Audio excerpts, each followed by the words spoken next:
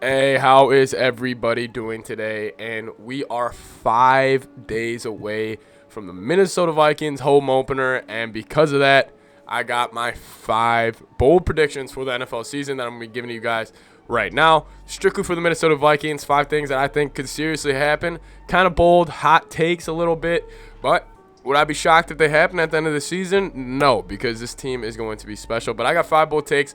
Most of them are good. A couple of them are bad. However, that's what we're talking about in this video. Thank you guys so much for the support on the channel recently. Leave questions down below. We're going to be doing a Q&A later on this week. Questions about this season. It could be actually about anything regarding the NFL. We're going to have a big Q&A video. I'll screenshot your comment, and then I'll post it on the top of the screen so you guys will kind of get a mini shout out. But ask questions. All questions are available down below, but we're going to get into my 5 bold predictions for the Minnesota Vikings this season. All right, my first bold prediction is Danielle Hunter will be an all-pro, and he will be a sneaky comeback player of the year. I think Danielle Hunter, I think we've kind of slept on him. I think the league's been sleeping on him. And I think us Vikings fans have been sleeping on him. You know, when we're talking about the additions we made in this offseason, we're talking about Patrick Peterson. We're talking about Dalvin Tomlinson. We're talking about bringing back Anthony Barr, bringing in, Michael Pierce again, and bringing in Xavier Rhodes, Rashad Breeland. You know who's better than every single one of those defensive players that we are getting back is number 99. And I think we forgot how dominant this man really is. I think he's a game wrecker. He's everything you see in TJ Watt and more. I still think he is the best edge rusher in the league today. And you go say that around, people will look at you crazy probably. But at the end of this year, that argument would be very easy to make with the numbers he will put up this year. I think he's a game wrecker. I think he will be the best defensive player on this defense. He will be the reason the Vikings defense is back in the top 10. He will be the reason why the Vikings are going to win the NFC North this year. I think Danielle Hunter is going to have a game-wrecking type of season. We talk about all these moves they made. There's no move bigger than bringing 99 back. He's a freak of nature athlete, quickest player to 50 sacks. Danielle Hunter, he will get his first ever first-team All-Pro, win comeback player of the year. Over under 19 sacks for Danielle Hunter. I think he'll probably have 19 and a half sacks this year. He's going to start off in Cincinnati with about 2 or 3. So my first bold prediction is Danielle Hunter, monster season. All right, my second bold prediction is the Vikings offensive line won't be a weakness, it will be a strength. I think this group, yes, if I'm going off what I saw in the preseason game, it's not looking as good as I thought it would by now. But I think once Darisaw gets in there, and I think maybe once Oliuda gets more in-game reps, if we're looking at the 5 offensive linemen, if we go Darisaw, Ezra, Garrett Bradbury, and then Oliuda, and then Brian O'Neill, if those are the 5 we're rolling out, I have no complaints. I think Brian O'Neill's in for a big year.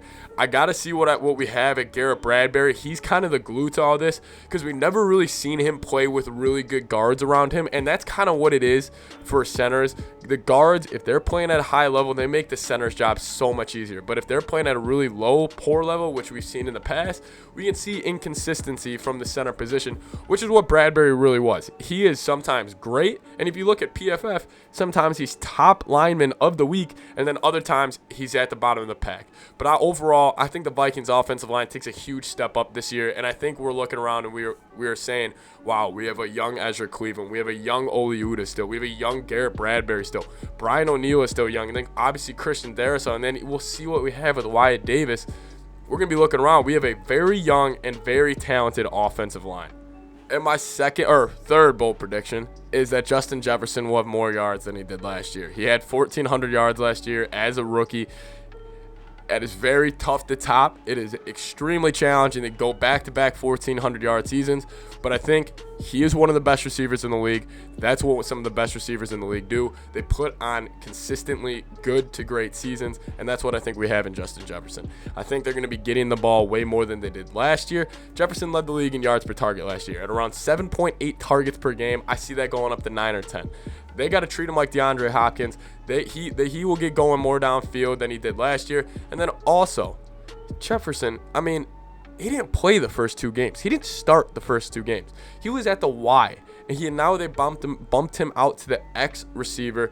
He's going to have a great year. I mean, I am super excited. I think Cook, Danielle Hunter, and Justin Jefferson, those are the 3 best players on our team, and those will be the guys that put up the most numbers, and I am seriously so excited for this.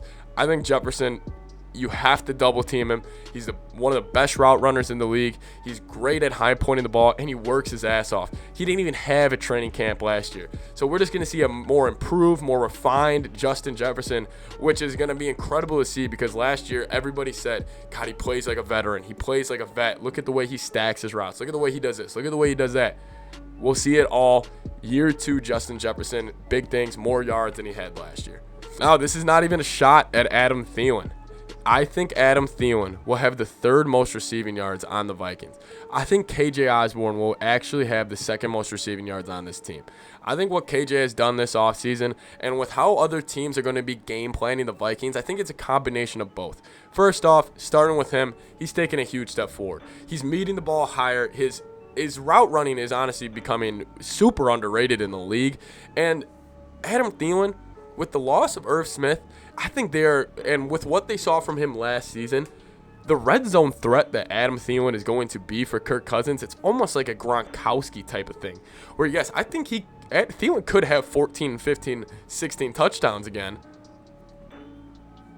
But I just don't think in between the 20s, that's where we'll be going as much as we used to. I think still on big for 3rd downs, he'll always be there. I mean, he is the quarterback's best friend. He's a tight end and a receiver. He's everything to them.